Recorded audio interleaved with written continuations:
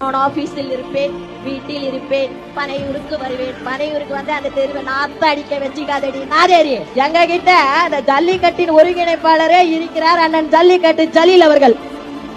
அவர் கூட இவ்வளவு பெருமை பீத்திக்கலாமா? இந்த நாதேரி கீழுக்கு மேலுக்கு மூஞ்ச வச்சுக்கின்னு அண்ணா அண்ணா அண்ணான்றா 10 நிமிஷம் தமால்னு போடுறா. நீ அண்ணான்னு கூப்பிடுறதுக்கா நாங்க காத்துன்னு இருக்கா? நாங்க இருக்கண்டி லட்சக்கணக்கில் அக்கா தங்கச்சி.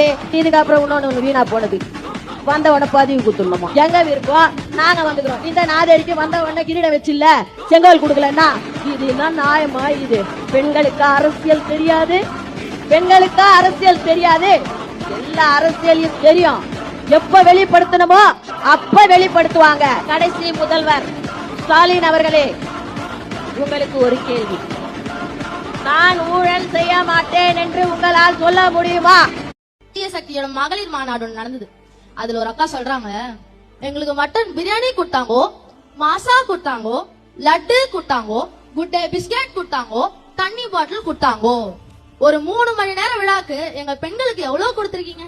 வாவ், நம்ம தமிழ்நாட்டு பெண்கள் மேல எவ்வளவு அக்கறை இந்த தீய சக்திகளை. இவங்களை போய் நம்ம தப்பா நினைச்சிட்டோமே. சே 3 மணி நேரம் விழாக்கு இவ்வளவு கொடுத்தத சொல்லிட்டு 5 வருஷமா என்னென்ன கொடுத்தாங்கன்றத சொல்லாம மறந்துட்டாங்க பாத்தீங்களா அந்த அக்கா. பாவம், டைம் இல்ல போல. அதான் நாங்க இருக்கோம்ல, சொல்றேன் கேளுங்க. மாணவர்களுக்கு கஞ்சா கொடுத்தாங்கோ, பெண்களுக்கு பாலியல் வன்கொடுமை கொடுத்தாங்கோ, கேஸ் சிலிண்டருக்கு 100 ரூபாய் குறைப்போம்னு சொல்லிட்டு போய் வாக்குறுதி கொடுத்தாங்கோ, நீட் தேர்வை எங்களாலதான் ரத்து செய்ய முடியும்னு பெரிய உருட்டா கொடுத்தாங்கோ, கரண்ட் பில்ல ஏத்தி கொடுத்தாங்கோ, பெண்களுக்கு ஓசி பஸ் கொடுத்தாங்கோ. ஓசி பஸ் நான் சொல்லுங்க, அமைச்சர் சொன்னாரு. 2.5 லட்சம் கோடியா இருந்த தமிழ்நாட்டின் கடனை 9.5 லட்சம் கோடியாக உயர்த்தி மக்களுக்கு பெரிய ஷாக் கொடுத்தாங்கோ. கருப்பு சட்டை அணிந்து கொண்டு பூரண மதுவிலக்கு வேண்டும் என்று எதிர்கட்சியாக இருந்த போது சவுண்ட் கொடுத்தாங்கோ. திருத்தணியில் ஓடும் ரயிலில் வடமாநில இளைஞர் ஒருவரை பட்டாக்கத்தியால் வெட்டு காயங்கள் கொடுத்தாங்கோ. சென்னை பாரிஸில் கர்ப்பிணி பெண்ணுக்கு அடி உதை கொடுத்தாங்கோ. போலீசாரால் கடுமையாக தாக்கப்பட்ட சகோதரர் அஜித்குமார் அவர்களுக்கு திருட்டு பட்டம் கொடுத்தாங்கோ. மதிய உணவு சாப்பிடும் போது உயிரிழந்தானே ஒரு சிறுவன், அந்த சிறுவனின் உயிரை பிரிக்க ஆபத்தான பள்ளி கட்டிடங்களை கொடுத்தாங்கோ.